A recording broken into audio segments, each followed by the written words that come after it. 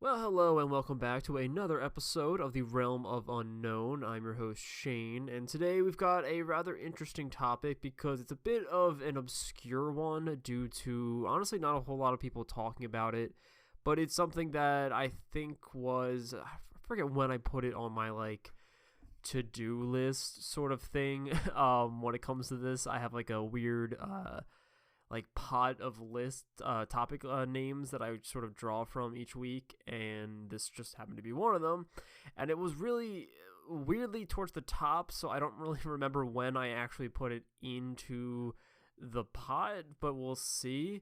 It's a fun one, and it's something that was going to be quick. It's sort of a short story, but again, an interesting one, and it's a creature. That's always fun. I feel like we haven't done too many of them. We've done a few spiritual stuff here and there, but no physical cryptids. I feel as though probably should do a few more of those. I don't know. I guess we did Monster Month 2 months ago, so I guess we did have a few there, but that was a bit shorter than expected due to the new work that I started, and that was a shift in my schedule that sort of change things around, but that's a good change. So yeah, there's not really a whole lot to discuss in the opening, per se. I really talked about a lot of the new changes that were sort of coming to the podcast in the last episode or two of the past few weeks, about how I just sort of want to transition into a bit more of a steady system when it comes to uploading. I'm trying to find a time in which is best for me to actually record this podcast, because doing the research I just do normally. I do deep dives on stuff most of the time and just still weird stuff regardless. So compiling it's not the hard part. It's finding the time to actually sit down and record, because I'm living with people, and we have dogs. So having time in which it's quiet and which I can actually sit down and do this for a half hour to an hour, depending on how long these episodes are, is hard to find. And hopefully that can change sometime soon if I can find my own place or move in with a bit less people. But we'll see, because that costs money, and right now that's a bit tight in the grand scheme of things. But overall, things have been good. Obviously, things have still been kind of weird with this craziness going on, so still moving along with that, and I'm sure everyone else is too, so you know how it is. But yeah, so that's really it. Only real big thing I should probably mention is the fact that I am trying to get more guests onto the podcast and find some time to record that with a few friends of mine who are sort of interested in the paranormal overall, or just weird topics that I'm going to figure out how to make our schedules work, because right now, obviously, everyone is in a bit of a turmoil phase, and finding the time to record with multiple schedules is going to be fun. But we'll make it work, and I have a few topics set aside for that sort of stuff that I'm very, very excited to actually get to, that I've been not able to do solo, and I look forward to that. It's going to be fun. Aside from that, though, we have a quick promo, and it is from the Straight Up Enigma podcast, another podcast that discuss a lot of creepy and weird topics that I'm sure you guys will enjoy. So be sure to listen to this and go check them out when you have the time. They are really, really great. And here's their promo right now. Ted Bundy abducted and murdered my dad's high school friend, Debbie Kent, in 1974. At least, Bundy admitted to killing her just before his execution, but police were never able to locate her body. That's the topic of just one episode of Straight Up Enigmas, a podcast to explore the unexplained. Spine-tingling supernatural stories, historical mysteries, and true unsolved cases are all things to expect when you tune in to our show. I'm Jaden McKell, and I'm the host of Straight Up Enigmas. Our bite-sized, bi-weekly episodes focus on the world's strangest mysteries. Sacred and sonic geometry, the murder of Karen Silkwood, Turkmenistan's door to hell, the curse of the omen, and much more. Listen and subscribe at Apple Podcasts or wherever you find podcasts. Okie doke, so we are back, and with today's topic, we'll just get right into it because I'm sure you're waiting and my rambling's not helping. But with today, we are talking about some good old American folklore, and that is with none other than the Hidebehind, which, if you are not aware, is going to be interesting, but at the same time, will probably freak you out if you get sort of paranoid with weird stuff, and it's one of those creatures that sort of does that if you think about it in like a hard way. But the tale of this creature very much sprung up around the lumber communities within North America, more particularly that of lumberjacks. Now, during this period of time, this being the 19th century, lumberjacks had a lot of things that they really had to worry about. It's a dangerous profession, especially back then. So the fear of, physical injuries due to the job, coming in contact with wild animals such as bears or mountain lions, or just simply, falling out of a tree, that's something you had to worry about. And on top of all that, they also worried about the Hidebehind. Now, according to the lore, and most of the lore does come from this sort of subset community, being lumberjacks and trackers and people who are out in the wilderness. According to the lore, the Hidebehind gets its name from how it stalks its prey, being that it hides behind it. This creature would hide behind trees in the forest and stalk its prey as it conceals itself among the surrounding environment. Pretty much, if there's something there, it can hide behind it, essentially. There's pretty much nothing that it can't really sliver and sort of morph behind, being trees, rocks, fallen logs, pretty much anything. Now, whenever anyone would turn around, it would creep a bit closer. So if you're facing away from it, it will inch a bit closer to you than it was before. However, if you were to turn around to try to spot it, it will quickly hide behind the nearest object before you are able to catch a glimpse. When it comes to finally being close to the victim, it will instantly gouge out the stomach and intestines and pretty much just rip you to shreds. It is also said that it will eat the meat raw, or in some cases, take the kill back to its den or hideout. This probably is not the best way to go. However, if the kill with the Hidebehind is unsuccessful, this being like an instantaneous kill in some regards, the legend goes that apparently the sort of ordeal itself is so intense and so overwhelming that most often than not, the victim will just simply die of fright, just right then and there. So even if you happen to survive the attack, you're pretty much going to die regardless, which stinks, but it's apparently what happens. Now, the Hidebehind's physical description is sort of hard to nail down. I know I mentioned that people aren't able to really catch a glimpse of that, and that is mainly the case. However, it is somewhat rare that people do spot a small little glimpse of this horrid creature. Now, the description of it varies a bit, and this ranges anywhere from a wraith-like, humanoid being, to anything from a canine to a large furry creature. It sort of shifts around, and the body of this creature, however, pretty unanimously is determined to be that of a very slender frame.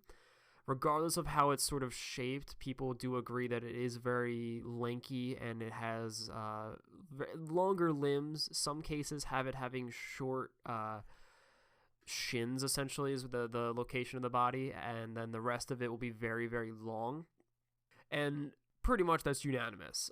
Some cases also have it having very, very sharp claws that are able to pretty much instantly rip someone apart. And due to the fact that the description sort of changes around so much that there isn't really any set, core myth that people draw from, on top of the fact that it is able to, hide behind anything, sort of meld into the shape of any tree or rock or any object that surrounds it, even people, if it wants to hide behind that, it comes to the conclusion to some people, like they sort of theorize that perhaps this creature has sort of an underlining sense of shape-shifting to it, or perhaps that its body is just sort of malleable. Some people also theorize that it just simply is able to dysmorph itself in some way, whether it's like become intangible or just simply slip in and out of stuff. People theorize a lot, but I think the overall theory, if you were to stem from some form of like, supernatural power that it might have, most people sort of lean towards the idea that it can sort of morph its body to some degree in order to help it hide better and be a better predator, essentially. Now, the Hidebehind is often credited as well for making the odd and spooky noises that can commonly be heard near campsites late at night. The creature is responsible, or I should say, it is representative of the underlying anxiety that comes with being in a more natural and in some cases unfamiliar setting, such as the woods or the forest or wherever you happen to be. And this sensation essentially is that level of fear or peril with the unknown, not really knowing what's out there.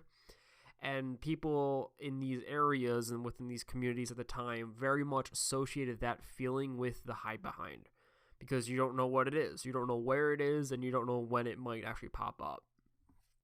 So you would think, with this being such an elusive creature and having such extremely powerful predatory skills, how would one actually avoid coming in contact with this? Because if it's so great at doing its job, how are you able to defend yourself from something that you can't see and can't possibly defend yourself from? Simply put, the answer is getting drunk. I'm dead serious here. So according to pretty much most of the accounts, this particular creature hates the smell of alcohol. I'm not kidding in any way, shape, or form. Pretty much a lot of these legends tell you, hey, if you happen to get yourself really, really drunk, this creature will not attack because it hates the smell so much that this creature will not prefer to eat you because it doesn't want to come in contact with that alcohol, which is now in your body. This being established, the lumberjack community would often drink as a way to protect themselves when they think that one of these creatures is hunting in the surrounding area. Now, that being said, as you could probably expect, a lot of people saw this as, or I should say, saw this solution, quote unquote, as an excuse to get drunk, essentially. So people would just get drunk nonstop and then be like, oh, I'm hiding myself from the Hidebehind. I'm keeping myself safe. And I don't know why this is part of the legend. It just is, for some weird reason. There's no real explanation. It just says that it doesn't like the smell. And more particularly, it doesn't like the smell of beer. But alcohol overall, but it doesn't like beer more. It's strange. In some accounts, too, some say that the Hidebehind is also scared of fire.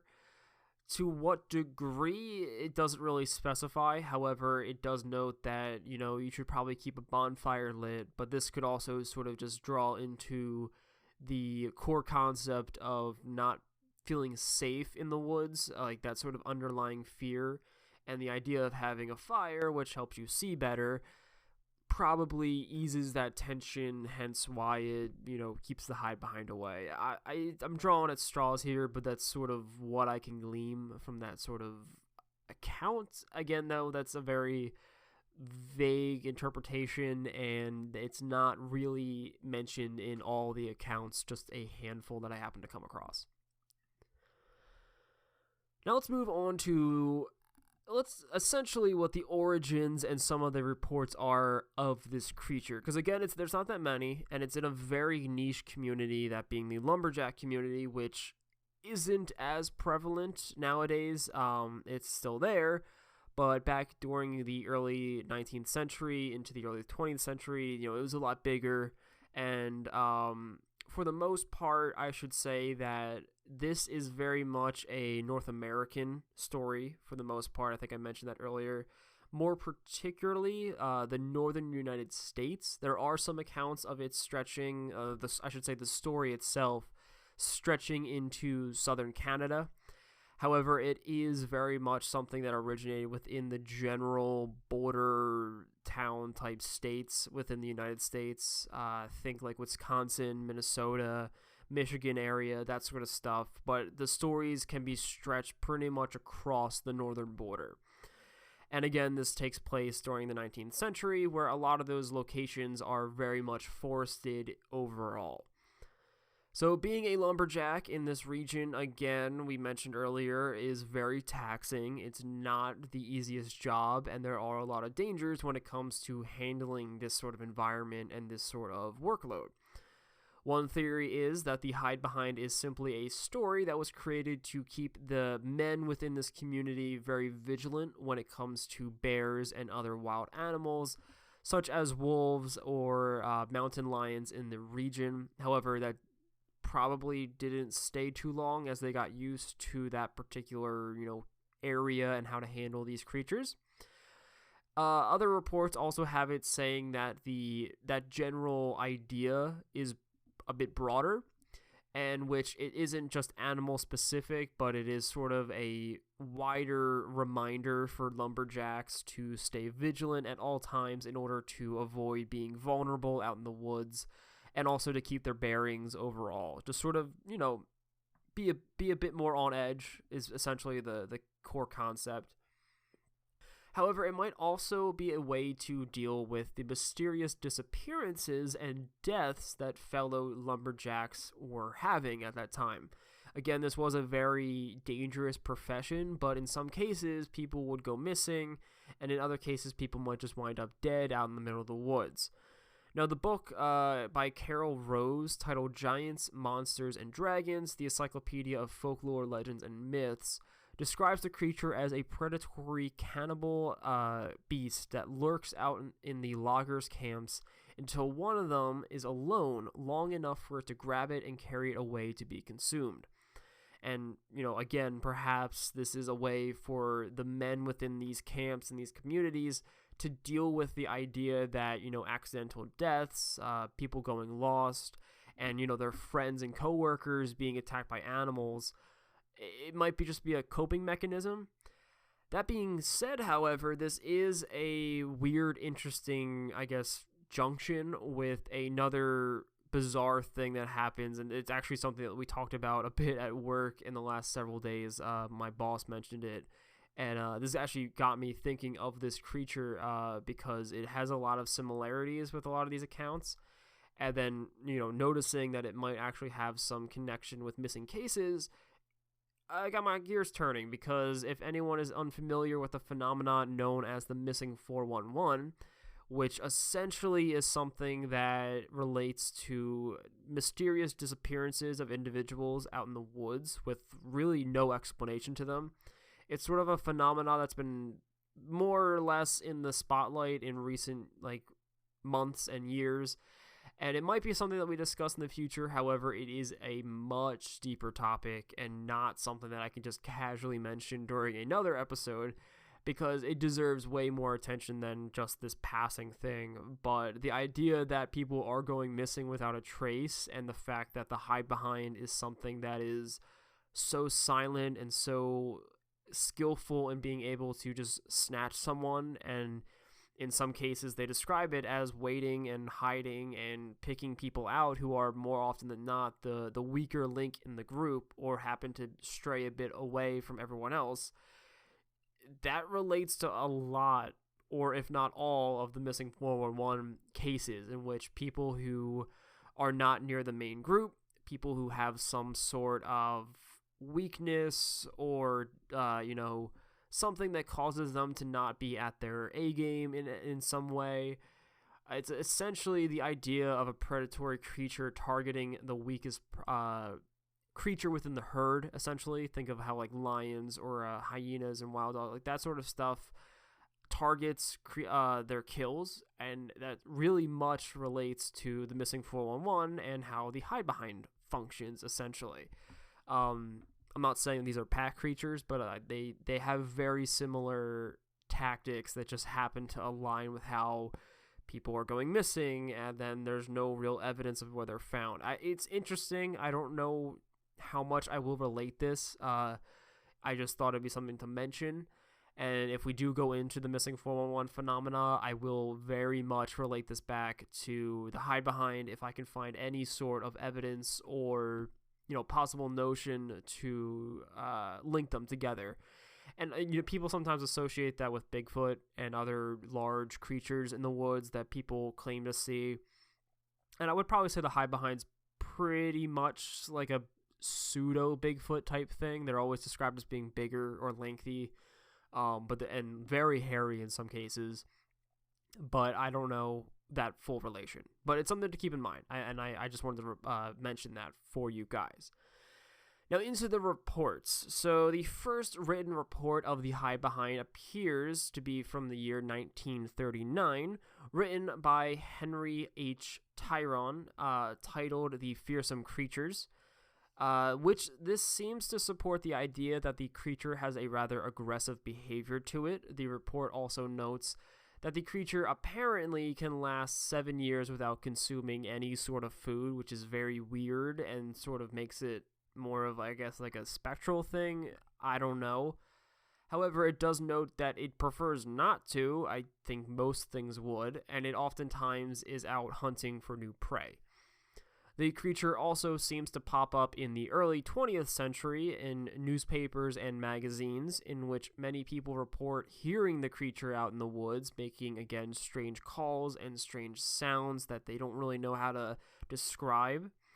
And in some rare instances, these reports do have an individual spotting a very small glimpse of the Hidebehind that is lurking about in sort of the wooded areas or towards the edge of town. In more recent years, however, and there are not that many of these are just two brief ones that I was able to find. In more recent years, the Grand Haven Tribune from Michigan recounted 2 eyewitness accounts from the year 2000 and 2007, with both of these reports matching the stories that were told centuries past in the more recent accounts, or not centuries past, but you know what I mean when it comes to these stories.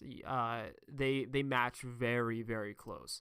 In both of these more recent cases, however, the eyewitness does claim that the creature was stalking them to some degree when they had their encounter. So I guess they successfully avoided being killed. But in both cases, each person was able to catch a very small glimpse of the creature, and they reported that the creature had wild black fur and very, very menacing and dark red eyes. Aside from that, they aren't able to really pinpoint anything, and I'm sure they're just happy that they were not caught up with the creature in its kill. But it's interesting that they're like, yeah, it was stalking me, but I got away somehow. I don't know. And again, that's pretty much for recent stuff. There aren't too many new reports when it comes to the Hidebehind. Obviously, it's sort of just bled into being a local legend of sorts, but it has also developed into pop culture. And I want to talk about a few of the cases in which the Hidebehind pops up within recent media and literature. And, again, it remains one of those lesser-known mythical creatures, despite still popping up here and there. I just find it interesting that it has that weird duality to it. So the Hidebehind is featured in the 2006 horror novel of the same name by Carl H. Snellings, in which a group of rafters in the Middle Fork of the Salmon River in Idaho, with the setting for the book, is being stalked by one of these creatures.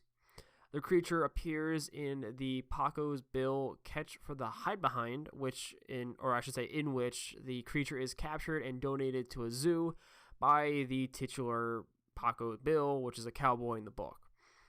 The Hidebehind is also mentioned, or I should say several Hidebehinds are also mentioned in Diane Dunn's Young Wizard series. And in the series, they are described as being mostly small creatures, sort of an opposite of how they are in real life, with the fear of their, stalking power sort of being a defense mechanism. So it's very much flipping the script as to what they are. They're not predatory, and they're not these long, lanky, looming figures that stalk you in the woods. It's very odd that they switched it. Moving into probably a more prevalently known one, in 2016, they officially popped up in the Harry Potter series, being on the news site Pottermore, written by J.K. Rowling, obviously, in which the American equivalent to Hogwarts features a Hidebehind. In the series, the creature is described as a nocturnal, forest-dwelling specter who preys on humanoid creatures. They were also briefly featured in the revised edition of the Fantastic Beasts series. The Hidebehind also appears in the Gravity Falls short known as Dipper's Guide to the Unexplained, the Hidebehind. And in the show, the creature is shown as being a very slender, human-like figure, almost like skeleton-esque, and very tall. Aside from stalking hikers, however, it is described as being otherwise mundane, and it doesn't really have the predatory aspects in the real legend. That's probably because it's a Disney cartoon.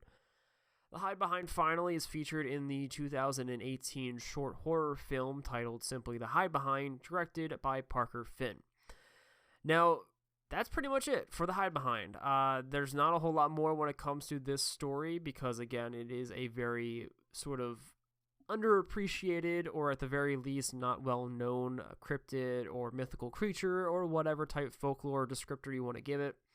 But overall, I thought it was a rather interesting creature, and obviously the recent discussions of the missing 411 cases probably got me thinking about it a lot more than I probably would have on an average day. But regardless, looking into it was rather fun. I did not realize that there were alternative descriptions of it. I didn't realize that there were a lot of cases describing it as having like hairy limbs and not really being able to see it that well because of the hair and then letting it blend into the environment. I knew the general concept of it, but it was interesting to learn a bit more of the details on how the story itself sort of developed and where it came from. I thought that there would probably be some connections to native legend. However, I was not able to find any. For the most part, I could not find anything. It's very weird to think that something developed from a very, very niche community of, just people working in the woods. Obviously, that makes sense to some degree if you just kind of want to, ease your mind when you're out there working. But I just found it interesting that this only dates back to the 19th century. Like, that's as far back as it goes. I thought it would go back a lot further because it sounds like something that, it has native origin or has something that, the colonials maybe saw or heard stories of and has been passed on.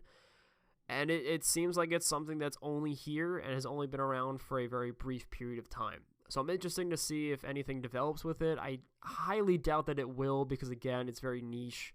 And I do find it interesting. I like looking into these more obscure stories. Not a whole lot of other topic, or I should say not a whole lot of other podcasts on these topics, or even YouTube channels and places that cover this sort of stuff, like blogs and articles and books in some cases. They don't talk about a lot of these more obscure creatures and stories and folklore. They might mention it, like a few of the books that I sourced from here, they mention the creature, but they only give like a few paragraphs for it and then completely just never talk about it again. So doing research was a bit hard, but thankfully most of the information was pretty much the same because, again, it's a very not well-known story.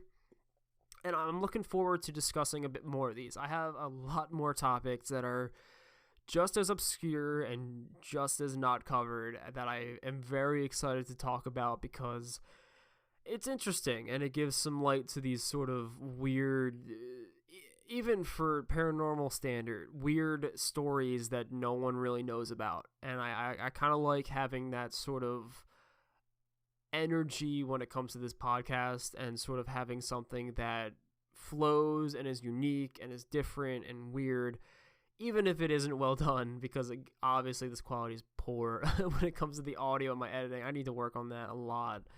But it's fun. I have a lot of fun doing this, and I hopefully can do it for a lot longer. I'm looking to put a bit more energy into it as my schedule sort of irons out a bit more, and I look forward to it. I am very much excited to see where this goes. We're slowly approaching 2 years, which is very weird to think about because I only have 40 episodes up, even though I probably should have closer to 100 because I'm lazy and I can't organize my time very well when it comes to hobbies. But I look forward to seeing how this sort of brand, this sort of weird culmination of a hobby leads into the future. And I thank you guys for listening to this and my ramblings because it's something I enjoy doing. And I hope that we can develop this into something a bit more structured and a bit more consistent because it's fun. And I like giving these stories to you guys. And I enjoy hearing feedback when it comes through. But I will be wrapping this up because I'm rambling, and that is a good point to finish this episode because it always is. I hope you guys did enjoy this. If you have any topic suggestions or wish to give some feedback on this sort of stuff, leaving a review is great. But you can also check me out on Twitter and Instagram. Handle is just Realm of Unknown. I love having weird discussions with you guys. I post weird shit every now and then. I left work on Friday and briefly mentioned something about the Annabelle doll because everyone was freaking out on Twitter about it moving or something. And I was like, Jesus Christ, guys, calm down. So yeah, if you're into that sort of stuff, hit me up over there. I look forward to hearing anything you guys have to say.